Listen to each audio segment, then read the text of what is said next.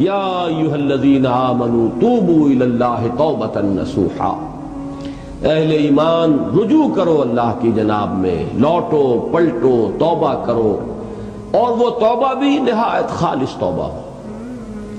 یہ توبہ حضرت علی رضی اللہ تعالیٰ عنہ نے ایک مرتبہ دیکھا ایک شخص کو، وہ گردان کر رہا ہے توبہ کی تیزی تیزی سے، فرمایا یہ تو توبۃ المکذبین ہے، جھٹلانے والوں کی توبہ ہے یہ۔ وہ گھبرایا، تو پھر آپ نے فرمایا توبہ وہ ہوتی ہے جس کے ساتھ وہ ساری کیفیات ہو، شدید ترین پشیمانی ہو کہ میں کیا کر بیٹھا ہوں، پھر یہ کہ آئندہ کے لیے عزم مصمم ہو کہ ہرگز دوبارہ یہ کام میں نہیں کروں گا، اور نہایت گڑ گڑا کر اللہ سے اس کی دعا جو ہے اس کی معافی طلب کی جائے۔ یہ قلب کی گہرائیوں سے جب تک یہ توبہ نہیں نکلے گی یہ توبہ نہیں ہے۔ تو توبۃ النصوح، یہ نصح کا لفظ جو آتا ہے عربی زبان میں، یہ ہے کسی شے کے خالص ہونے، کوئی اس میں ملاوٹ نہ ہو۔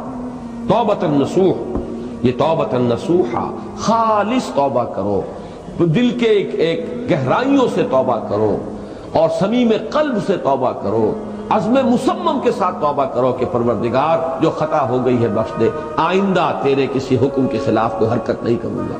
خاص طور پر وہ خطا جو معین ہے اس کے بارے میں تو تعین کے ساتھ فیصلہ ہو کہ دوبارہ نہیں کروں گا۔ اس میں ہو سکتا ہے، جیسا کہ میں نے شاید آج دن میں کسی گفتگو میں عرض کیا تھا، بعض طبائع ہوتی ہیں مریض، ان کی قوت ارادی جو ہے کمزور ہوتی ہے۔ اس وقت وہ خلوص دل سے بھی اگر طے کر رہے ہیں کہ یہ کام دوبارہ نہیں کروں گا، تو وہ کمزور قوت ارادی کی وجہ سے اس پر قائم نہیں رہ سکتے، کل یا پرسوں یا کچھ عرصے کے بعد پھر پھسل جاتے ہیں۔ اس سے وہ توبہ باطل نہیں ہوگی، اس بات کو سمجھیے، یہ نہ سمجھیے کہ میں انکریج کر رہا ہوں، لیکن مسئلے کو سمجھ لیجیے۔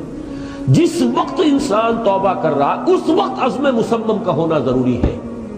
اب یہ اللہ جانتا ہے ہمارے دل کے اندر کے حالات کو، ہماری کیفیات کو، اگر اس وقت عزم مصمم ہے تو توبہ صحیح ہو جائے گی، پھر اگر خطا ہو گئی پھر توبہ کرو، پھر خطا ہو گئی اور پھر توبہ کرو۔ بازا بازا ہر چہ ہستی بازا، گر کافر و گبر و بت پرستی بازا، این درگاہ ماں درگاہ نومیدی نیست، صد بار اگر توبہ شکستی باز آ۔ اگر 100 مرتبہ بھی توبہ ٹوٹ گئی ہے کوئی پرواہ نہیں، جب تک یہ زندگی کا تسلسل چل رہا ہے، معلم یغرغر، جب تک کہ وہ گھنگرو نہیں بولا ہے آ کر حلق میں، اور نزع اور جان کندنی کا عالم شروع نہیں ہو گیا ہے، اس وقت تک توبہ کا دروازہ کھلا ہوا ہے۔ لیکن جس وقت توبہ کر رہا ہے آدمی، اب یہ آدمی اپنے آپ کو دھوکہ دے لے گا تو دوسری بات ہے، لیکن اللہ جانتا ہے، اس وقت اگر عزم مصمم ہے تو توبہ درست ہو جائے گی۔ تو جو بھی معاملات ہیں اللہ اور بندے کے مابین، اس میں 3 شرائط ہیں کہ جو علماء نے معین کی ہے۔ ایک حقیقی پشیمانی، وہ پشیمانی جس کے لیے اقبال کا وہ شعر بہت مشہور ہے جو انہوں نے نوجوانی میں کہا تھا، اور داغ دہلوی اس مجلس میں موجود تھے جہاں علامہ نے یہ شعر پڑھا ہے، تو انہوں نے بڑی داد دی تھی کہ میاں اس عمر میں اور یہ شعر یعنی چشم بددور، وہ یہ داد کا بڑا ایک یعنی بلیغ انداز ہے۔ اور وہ شعر کیا تھا؟ موتی سمجھ کے شان کریمی نے چن لیے، قطرے جو تھے میرے عرق انفعال کے، شرمندگی کے احساس سے پیشانی کے اوپر اگر پسینہ آ گیا ہے، شرمندگی ہے اللہ میں یہ کیا کر بیٹھا، اللہ مجھ سے کیا ہو گیا، تو یہ شرمندگی سے اگر عرق آلود ہو گئی ہے پیشانی، تو اللہ کو یہ اتنی محبوب ہے کہ موتی سمجھ کے شان کریمی نے چن لیے، قطرے جو تھے میرے عرق انفعال کے۔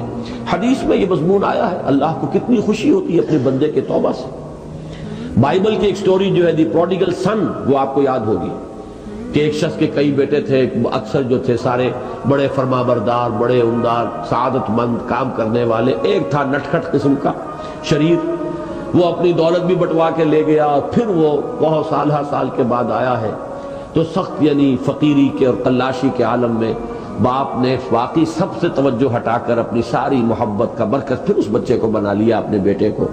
تو وہ سعادت مند بیٹے تھے، انہوں نے کہا کہ یہ کیا کیا آپ نے، یہ ایسا اور یہ ایسا اور یہ ایسا اس نے یہ کیا، اور آج آپ پھر اس کے لیے وہی آپ کی محبت جو ہے وہ یہاں پھر اس کے جو ہے شامل حال ہو گئی ہے۔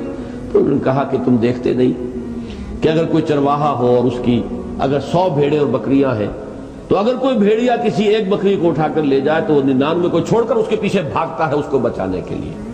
جو میرے ہیں وہ تو ہے ہی ہے، جو مجھ سے دور چلا گیا تھا وہ اگر لوٹ کر آیا ہے تو در حقیقت یہ ہے میری توجہ کا اور میری محبت کا سب سے زیادہ مستحق۔ یہی معاملہ اللہ کا. یہ در حقیقت ایک پیرابل ہے، ایک کہانی ہے جس میں اللہ کی وہ شفقت جو ہے اپنے گناہگار بندوں کے جو شامل حال ہوتی ہے جب وہ توبہ کرتے ہیں، جس کے لیے حدیث میں آخری بات بیان کر دی گئی کہ تصور دیا گیا ہے کہ ایک لق و دق صحرا میں ایک شخص سفر کر رہا تھا، ایک ہی اونٹنی سواری کی، اسی پر اس کا راشن بھی تھا، پانی بھی تھا. تھوڑی دیر کے لیے وہ ایک درخت کے سائے میں بیٹھا سستانے کے لیے، دھوپ کی تمازت سے بچنے کے لیے، تو ذرا بیٹھا بیٹھا اونگ گیا. اب جو آنکھ کھلی تو دیکھا کہ اونٹنی غائب ہے، اس کا سفر کا ذریعہ وہی، پانی اسی پر، راشن اسی پر، گویا کہ کل زندگی کا ذریعہ جو ہے وہ اونٹنی تھی اس کی. لق و دق سے رہا ہے، اب کہاں جائے؟ کہیں پانی نہیں، کچھ کھانے کے لیے نہیں. دیوانہ وار دوڑتا ہے دائیں بائیں ادھر ادھر اونٹنی کو ڈھونڈنے کے لیے، کہیں سراغ نہیں ملتا. تو وہ اب موت کے انتظار میں درخت کے نیچے آ کے بیٹھتا تھا. مایوسی کی انتہا، موت کا انتظار کہ اچانک دیکھتا ہے کہ اونٹنی تو کھڑی ہوئی ہے. تو اب اس پر شادی مرگ کی کیفیت طاری ہوتی ہے. وہ کہنا تو یہ چاہتا تھا اللہ میں تیرا بندہ ہوں تو میرا رب ہے، کہہ یہ جاتا ہے کہ اللہ تو میرا بندہ میں تیرا رب ہوں. زبان لڑکھڑا گئی ہے اس خوشی کی شدت کی وجہ سے. تو حضور فرماتے ہیں کہ اللہ کو اپنے کسی گناہگار بندے کی توبہ سے اس سے بھی کہیں زیادہ خوشی ہوتی ہے. تو اس کو ذہن میں رکھیے، توبہ کا بڑا اونچا مقام ہے. ہمارے ہاں شرائط بھی سخت ہیں. 3 شرطیں وہ، ایک عزم مصمم، ایک پشیمانی، حقیقی پشیمانی. نمبر 2 عزم مصمم کہ اب دوبارہ نہیں کروں گا. نمبر 3 ایک مرتبہ ضرور اس کام کو چھوڑ دینا. یہ گویا کہ اس کے عزم مصمم کا فوری ثبوت ملنا چاہیے. کچھ دنوں کے بعد پھر کہیں جذبات کا رحلہ آئے، کوئی اور خطا ہو جائے، بات دوسری ہوگی. اور جو حقوق العباد کا معاملہ، اس میں 4تھی شرط اور ہے، اس لیے کہ حقوق العباد کی کوتاہی جو ہے اللہ تعالیٰ معاف نہیں فرمائیں گے. وہ تو وہی بندہ ہے جس کی آپ نے حق تلفی کی ہے، کسی کی غیبت کی ہے، کسی کی چغلی کھائی ہے، کسی پر تہمت لگائی ہے، کسی کا مال ہڑپ کیا ہے، کسی کو دھوکہ دیا ہے، کسی کی عزت پر حملہ کیا ہے، تو وہ تو وہی معاف کرے گا. یا یہ کہ آپ کی جو نیک اعمال ہیں وہ اس کو دے دیے جائیں گے قیامت کے دن، اور اگر آپ کے اعمال ختم ہو جائیں گے تو اس کے گناہ جو ہے وہ آپ کے کھاتے میں ڈال دیے جائیں گے. بہرحال جو 4تھی شرط ہے حقوق العباد کے معاملے میں کوتاہی میں توبہ کی، وہ یہ ہے کہ آپ یا معافی طلب کریں یا تلافی کریں اس شخص کی جس کے حقوق کو آپ نے طلب